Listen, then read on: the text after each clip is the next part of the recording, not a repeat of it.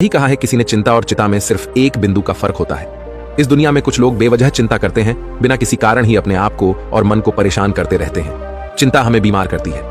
आज की इस कहानी में हम सीखेंगे कि क्यों हमें बेवजह चिंता नहीं करनी चाहिए। एक गांव में एक किसान था जिसे एक बहुत ही बुरी आदत लग चुकी थी, और वह आदत थी बेवजह चिंता करने की। वो हर समय किसी न किसी चीज की चिंता करता ही रहता। वो हर समय सोचता रहता है कि कहीं मेरे साथ कुछ गलत ना हो जाए, जबकि उसकी जिंदगी में अभी तक सब कुछ ठीक ही चल रहा था। उसके पास एक बड़ा सा खेत था जिसमें अच्छी खासी फसल हो जाती थी। खेती करने के लिए 2 बैलगाड़ियां थीं, एक अच्छा घर था, एक पत्नी और 2 प्यारे बच्चे थे। लेकिन फिर भी वो किसी न किसी अनहोनी के बारे में सोचकर बेवजह चिंता करता रहता। कभी सोचता कि अगर मेरी फसल में कीड़े लग गई तो क्या होगा, अगर आवारा पशुओं ने फसल को बर्बाद कर दिया तो क्या होगा, अगर सूखा पड़ गया या अत्यधिक बारिश हो गई तो मेरी फसल खराब हो जाएगी।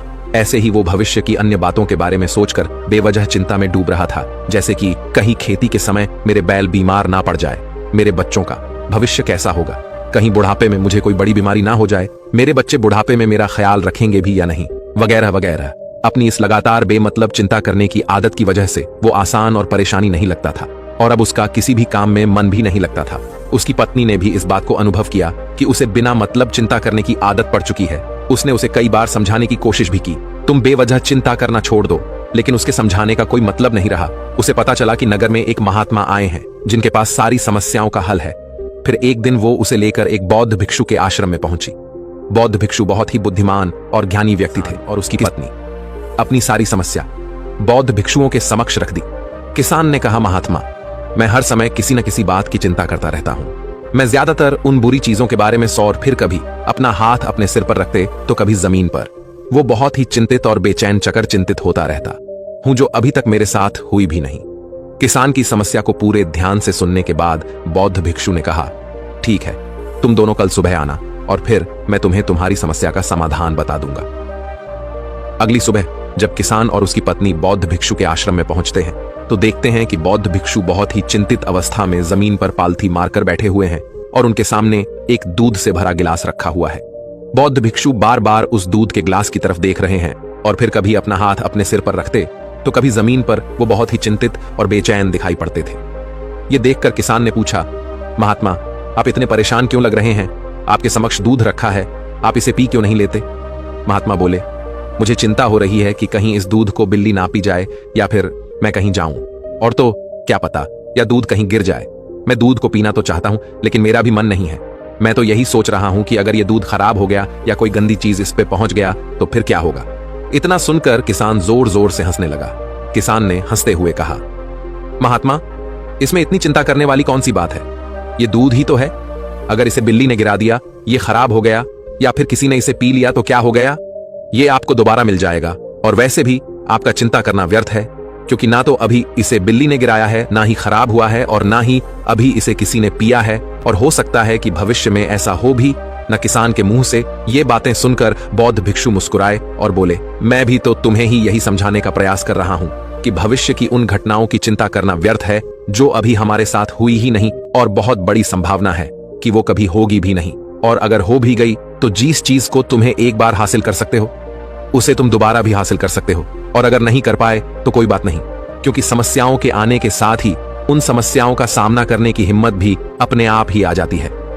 ये बातें सुनने के बाद किसान को लगा जैसे किसी ने उसके गाल पर एक थप्पड़ मारकर उसे नींद से जगा दिया हो।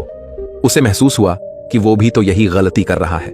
वो भी तो भविष्य की उन घटनाओं के बारे में सोचकर चिंतित हो रहा है जो अभी तक घटी ही नहीं और शायद कभी घटेगी नहीं। वो और फिर बौद्ध भिक्षु के चरणों में गिर पड़ा और कहने लगा, इतनी आसान में मुझे मेरी गलती का एहसास करवाने के लिए आपका बहुत बहुत धन्यवाद, और मैं आज से पूरा प्रयास करूंगा, मैं बेवजह चिंता करना बंद कर दूंगा। जापान में एक लोकप्रिय कहावत है, अगर तुम चल रहे हो तो सिर्फ चलो, अगर तुम खा रहे हो तो सिर्फ खाओ, लेकिन एक समय में सिर्फ एक ही काम करो, चिंता ना करो। इस लोकप्रिय कहावत के अर्थ ने मुझे हैरान कर दिया था, और सच कहूं तो मुझे ऐसा लगता है कि कहावत के अर्थ में ही वो राज छुपा है जिससे अगर किसी ने अच्छे से समझ लिया और अपने जीवन में उतार लिया तो वो चिंता के बंधन से ही हमेशा हमेशा के लिए मुक्त हो जाएगा। इस कहावत के अर्थ के बारे में हम आगे बात करेंगे, लेकिन उससे पहले देखते हैं कि हमारे दिमाग में इस तरह के विचार से ज्यादा चल रहे होते हैं। पहला, क्या मैंने ये काम सही से किया? दूसरा, क्या मैं इसे और बेहतर कर सकता था? तीसरा, इसका परिणाम क्या होगा? और चौथा, लोग मेरे और मेरे काम के बारे में ये ऐसे कुछ विचार है जो हमारे दिमाग की सिस्टम में ज्यादातर समय चलते रहते हैं, लेकिन हमें पता नहीं चलता क्योंकि हमने इन विचारों के साथ जीना सीख लिया है। और हमारा दिमाग काम भी ऐसे ही करता है कि अगर हमने इसे किसी काम को कई बार करवा लिया तो फिर ये उसे अपनी आदत बना लेता है और फिर हमारे चाहे बिना भी उस काम को करने का प्रयास करता है। शुरुआत में तो हम किसी भी काम को अपनी इच्छा से पूरे होशो हवास में करते हैं, लेकिन बाद में वो हमारी आदत बन जाता है और फिर हम बस बेहोशी की हालत में बिना सोचे समझे उस काम को करते चले जाते हैं। जब एक बच्चा छोटा होता है तब उसे पता नहीं होता कि चिंता क्या है, लेकिन जैसे ही वो बड़ा होता है माँ बाप कहना शुरू कर देते हैं, बेटे आपको होमवर्क करना है, आपको उसकी चिंता नहीं हो रही, आपके एग्जाम आने वाले हैं, आपको उसकी चिंता करनी चाहिए। और ऐसे ही ना जाने कितनी सारी चीजों के लिए बच्चों के आसपास के लोग उसे चिंता करने के लिए कहते हैं और वो छोटा बच्चा इस बात को मान लेता है।